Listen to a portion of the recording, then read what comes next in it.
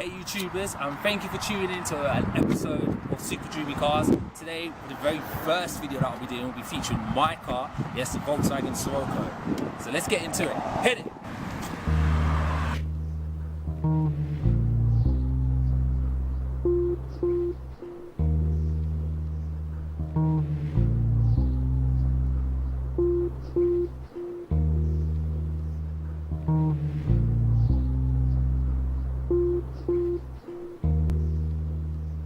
I chose this car, even this model. Now the reason why is that I personally like cars that have got really aggressive looking front end and really sporty. Just the nature of what I like. Now this particular car, I think what I like about it compared to the older model is a bit more boxy and square. It gives it to me a more of aggressive, angry look. So if we get closer and zoom in to see what this car is like now, if you can see it in this light, I'm not too sure, but you've got simple lines like this. Now obviously it's for the aerodynamics of the car as well, the way the wind, the airflow bends around it, but also it gives it this great aggressive look because it cuts down into the actual lights, which make it very much more of an angry looking car. Even the grills, now this is new, this is not on the older model, these type of grills, again, this front splitter helps airflow, but as well as that it gives it a bit more of a sporty aggressive look.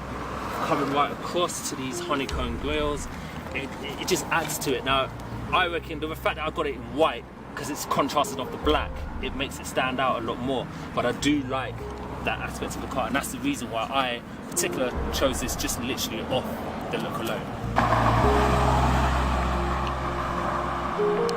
Alright, so this Volkswagen Scirocco particular model is a GT Blue Motion technology 2-litre TDI with 150 PS, 6-speed manual, all directed to the front doors. It's got a top speed of 134 miles an hour.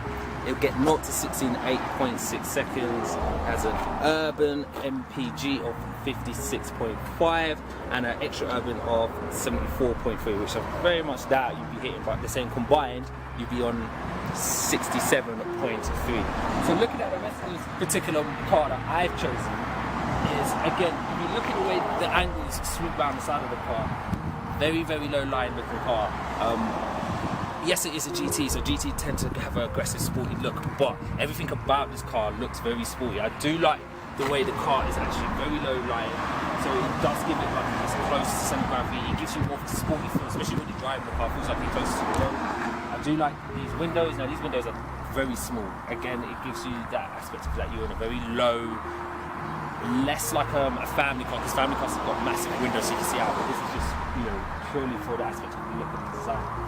Sweeping around the car, these tail lights is another aspect of when I saw it in the showroom, kind of took my heart. Now the car's not on and it's not dark at the moment, you can't really see it, but it does have these beautiful daytime glows that come right across the side down here. Now I think it's very beautiful the way it looks. It gives it a nice artistic edge to it, and it looks like they actually thought about the design of this actual particular model.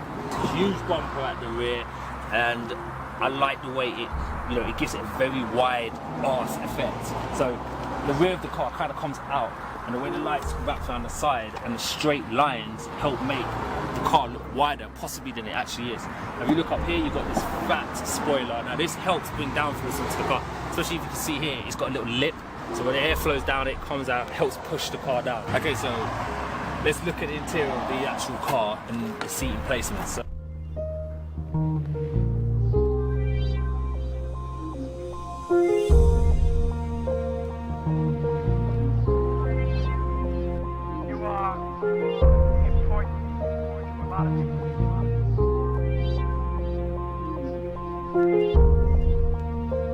You are important to a lot of people. Yeah, think about that. You think about that.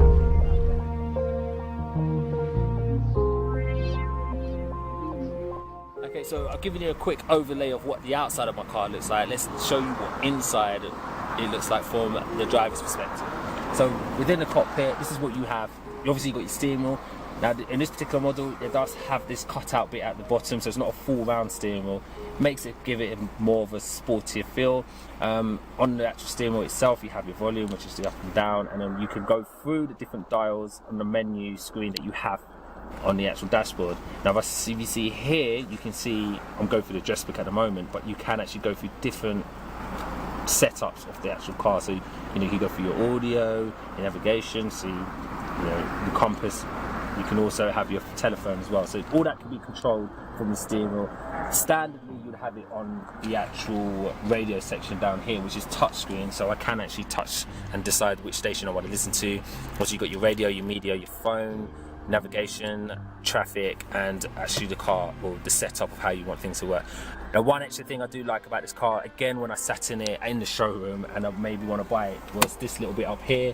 This is the type of thing that you kind of see on the Ford Focus. So I'm not sure if they took the idea from them, but you have your oil reading, you have timing, and you have your turbo bar. It goes up to 3 bars. So that again gives it a bit more of an edgy feel. So when I'm driving it, you can see all that going up, and it gives it a bit more of a sporty feel, I think. So let's jump in it and see what it's like to drive this car.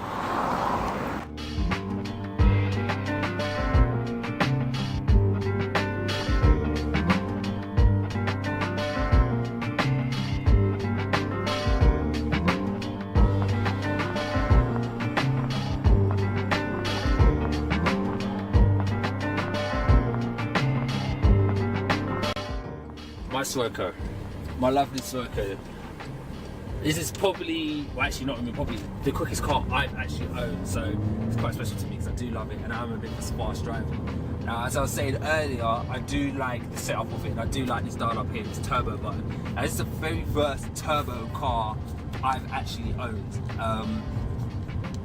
As turbo cars, I'm not massive fans of them in terms of, it's weird because when you're driving it, you have to wait. You're almost waiting for the turbo to kick in. So after about 2,000, when it hits about 2,000 revs, that's when the turbo will kick in and you feel that oomph.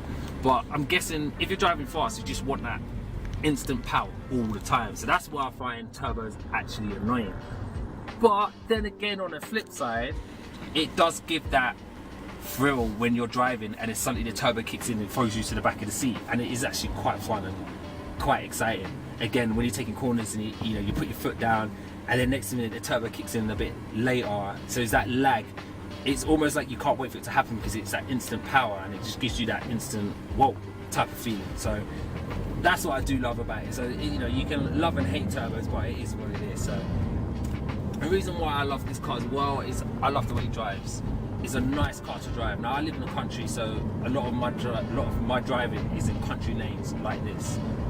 Long straights to and from work and back, doing about 40 miles an hour. And in a powerful car, it's fun because you can put your foot down and just go. Where, I don't know, especially in London, where I've pretty much been brought up, where a lot of your driving is changing gears at slow speeds. I mean, I didn't say the average speed around London is no more than 20 miles an hour, so you can imagine how it can get very annoying when you keep going through the gears. But in the country, this is where this car is, I personally think, is at its best, because you can just put your foot down, feel the car just take off and go. Again, this is not the quickest model. You can go up into the R line, where they are much more faster response, more quick in the top end, better suspension. But for what it is and for what I can afford, I love it. I absolutely love this car. This is not a brand new vehicle. Well, now it isn't. I've had it for the last year and a half now. But that year and a half that I've had this vehicle, I've absolutely loved it. It's the most fun car I've driven. I have driven quicker cars than this. My ultimate would have had to be the GTR that I drove. But that was on the tracks as a whole different ball game and experience. But again, I will get behind the wheel one of them and do a test drive on that. But back to this particular model, I do love it. I do love the fact that you can throw this one around. Let's see if I can find some country roads and then we can go down. We won't have too many cars driving down it, but it is afternoon, so look, the car coming back from work, but we can only hope and see.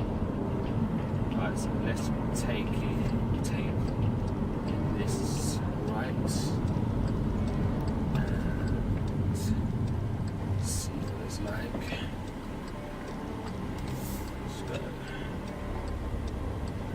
Right, so yeah, he's not turning. Right, so I hope my cameraman's got his seatbelt on.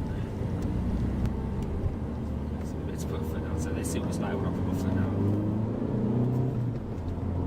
So again, very much quick response. And The thing I like about this car, it holds. You can take corners fast and confident that it's going to take a corner.